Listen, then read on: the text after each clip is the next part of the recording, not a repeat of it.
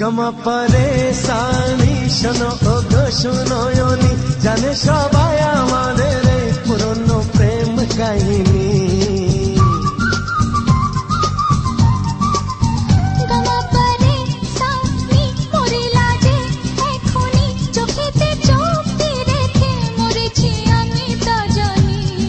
তাই তো আমার মনের ঘরে হয়েছ রানী।